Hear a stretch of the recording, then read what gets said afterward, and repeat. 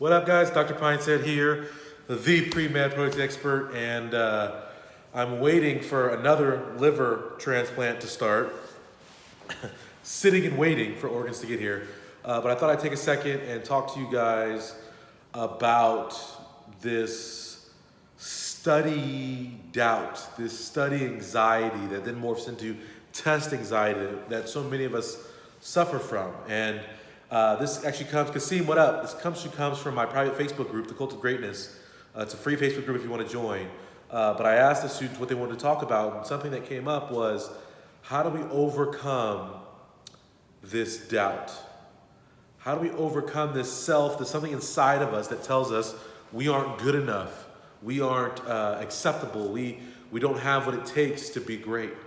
And I don't know about you guys and how common this is, but I get a lot of students who ask me about this, who feel these things, and I felt these things. So I want to assure you that it's normal to have doubts, it's normal to be down on yourselves at points, but it feels great when you can get to the other side of that, when you can get past all the doubt and you are flooded with confidence and excitement about your abilities and about the results you're going to get from those abilities. So that's what we're going to talk about today, is how do we go from where many of you guys are with kind of doubting yourselves and being anxious all the time and not being certain about your grades and about your career, to a place where you can know that you'll be successful.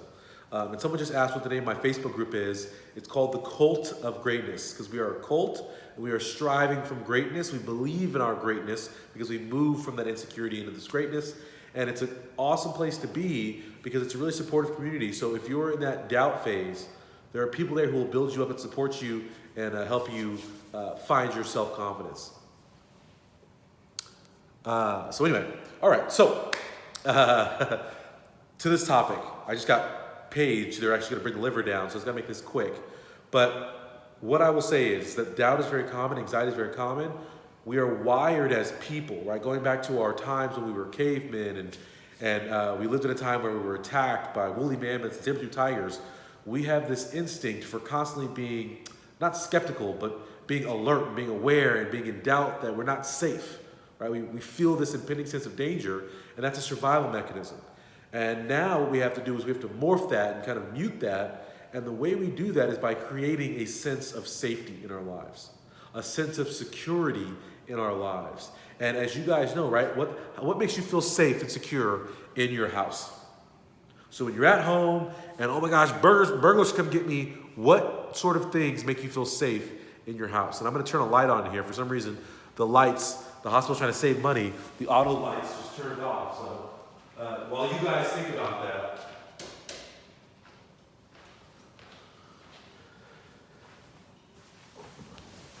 okay, perfect. Kasim said locks. So I don't know what everybody else was saying, but locks, right? The cops, familiar environment, all great things. Why do locks make us feel good? Because they are a tried and true mechanism, a barrier that prevents burglars from coming in and terrorizing you, right? They keep you from danger. Why do cops being around make you feel good?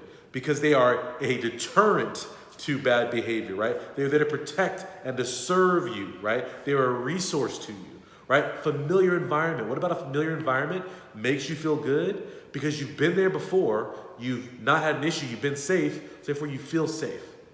And so we'll just stick with those three things.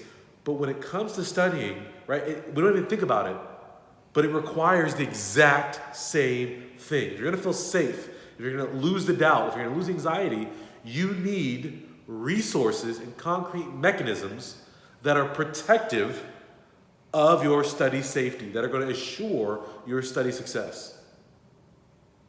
Does that make sense? Before I go any further, does that make sense to you guys? Do you guys get where I'm going with this? If it makes sense to you right now, like the video. Does that make sense? So many of us go through studying, going through classes, we are unarmed. We have doors that are wide open, right? We're in that neighborhood where the police don't come. We're in the neighborhood where you're unfamiliar. You just moved to this neighborhood, seems a little shady. You see some characters on the corner, pants below their butt, or like my patient earlier, who had skinhead tattooed on his forehead. If he was living in my neighborhood, that would make me feel unsafe. And for many of you guys, your studying, your school life is that. It's the dangerous neighborhood with no cops, with no locks, with the gang members on every corner.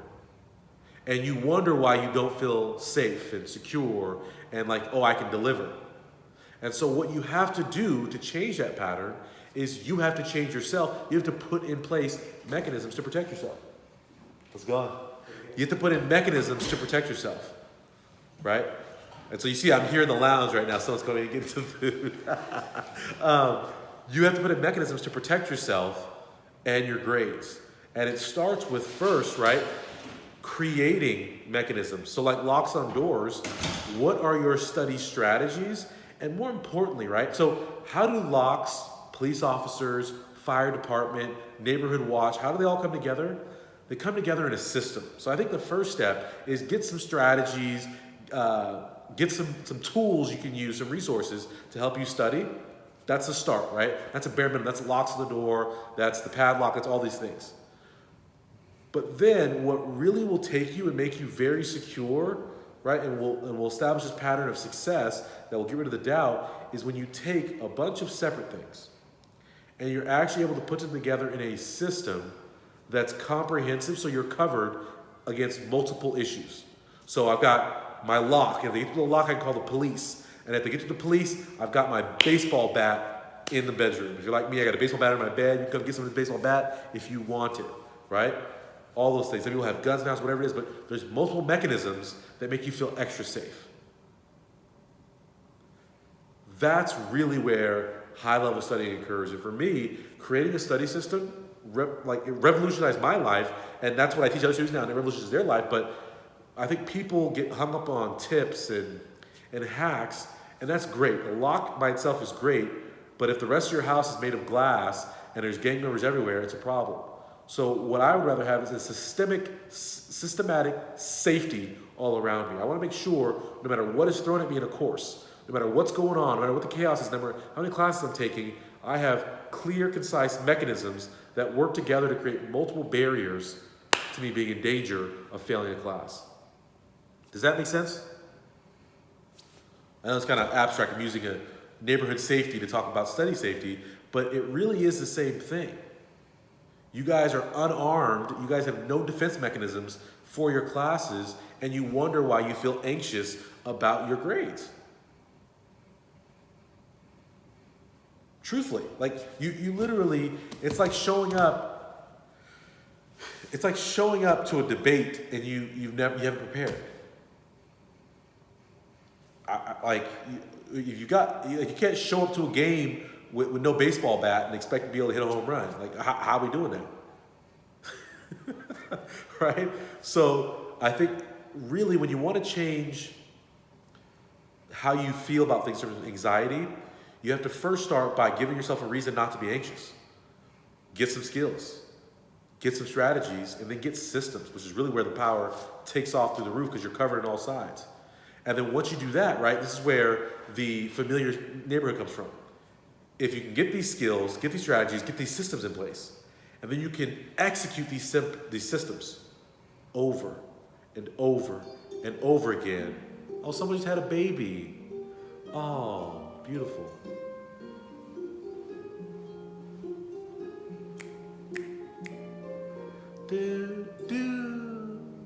Oh, that's special. So you implement and you execute these things over and over and over and over again. Because for some of you guys, what makes you guys anxious is that you've had so much failure in the past. You feel good and you come short. Feel good, you come short, and so you don't know how to trust yourself. But if you can change that paradigm, get the structure in place, and then execute it a couple times, have some success, then you will be in a position where you're like, you can look back and instead of having nightmares, you have positive visions. Oh yeah, I remember I was really struggling, but I was pushing through using my system and I came out on top. And then I was really hit and I used my system and I came out on top. And if you can do that repeatedly, you build that up, pretty soon you feel unstoppable. So people always trip off my confidence and like, where's this confidence come from? My confidence comes because I planned everything out to a T. There's systems involved for everything. And then I've had these systems in place and I tweaked them, but the core system has been in place for so long and I've had so much success doing them, I'm confident that no matter what happens, I'm gonna be successful. It's going to work, right? Like, do I feel so good about my MCAT course or my study course or my admissions course? Because guys, I've been doing this stuff for forever. And it's a passion of mine, right? And I look at it, I'm critical of it, so I don't have to feel insecure about telling you guys, this is the place you need to be. My channel, my courses, this is the place you need to be. I can't, how can I not be confident about it? It works time after time. It's consistent. If it's executed, it works. So that's what I will say. People try to like wish themselves out of anxiety, wish themselves out of doubt. You can't do that. You gotta have systems and then you go. And Audrey just said, because of my past failures, I'm now an anxious and fearful person when it comes to pursuing something great, like pursuing my dream career. And that's what happens, right? And that's why so many of us in life, we settle because we've had a bad experience when we tried to reach, or we half-assed tried to reach, and we came up short, and so we don't want to reach again, because we don't want to experience that level of letdown. Is anybody there? Is anybody there with Audrey, where your past experience doesn't allow you to succeed? Where it's that strong of a mental block where you can't even put it forward to get there? Who can relate to that? Right? Terry says, absolutely. Right? Rita says, I am. Joyce says, yep. S. Gandhi says, yes. Ileana says, yes. Cece says, been there, done that. Derek says, yes. Right? That's what it is. But it won't happen overnight, but you have to start somewhere. You have to have a belief. And I think where that comes from, this other part, right, is if you're around other people who've been successful and they're telling you you're on the right path, that's how you can start to have a little bit of a positive mindset. I think that's why people around me succeed, is because I'm telling them, listen, you got what you need, just put it in place. And I know right now it's hard. It's going to work. It's like with MCAT. People freak out when they take my MCAT course, and I teach them question-based learning because they're not used to failing at such a high level. And I'm like, don't worry. All those misses are going to come back. And then it's funny because people hit this curve where all those misses all of a sudden start becoming makes. And they start seeing their critical thinking improving, their critical analysis improving, and their scores improving. I just got an email from someone yesterday whose score went from a 495 to 510, which if you guys are familiar with MCAT scoring, going from 495 to 510 is incredible. And this student did that, and he said it was literally, I just saw all of a sudden points. At first, right, I was here, I wasn't getting questions right, I wasn't getting questions. All of a sudden, I just start seeing through the passage, and it just is clear. And I'm finishing things quicker and quicker and quicker, and my score's going up. And next thing I know, now I'm at a 510. Just finished my MCAT 510. Bam. It's beautiful. And that's not going to be everybody, but the system is there if you can work it and get it done to go. All right? So anyway, I got to go and do a liver transplant right now, but I just want to get on here and tell you guys, don't doubt yourselves. Instead, know that you can be better and you gotta get somewhere and get better. You gotta get skills. You gotta invest in yourself and your knowledge and get educated and get some skills, strategies, systems to get in place and start having that success and put yourself around people who believe in you and who have had success themselves, who can tell you you're on the right path and pull you forward. All right? If you like this video, make sure you take time, like the video. If you're new to this, subscribe, turn on live notifications, and I will see you guys. I'm having a free study webinar tomorrow. I'll put the link in the box below when I get done here, but free study webinar tomorrow. If you can't make it, you can register. I send out the replay. It's going to be off the hook. It's going to be amazing. And then we start our study boot camp next week. We also have our med school interview boot camp starting on Tuesday, so I'll see you guys later.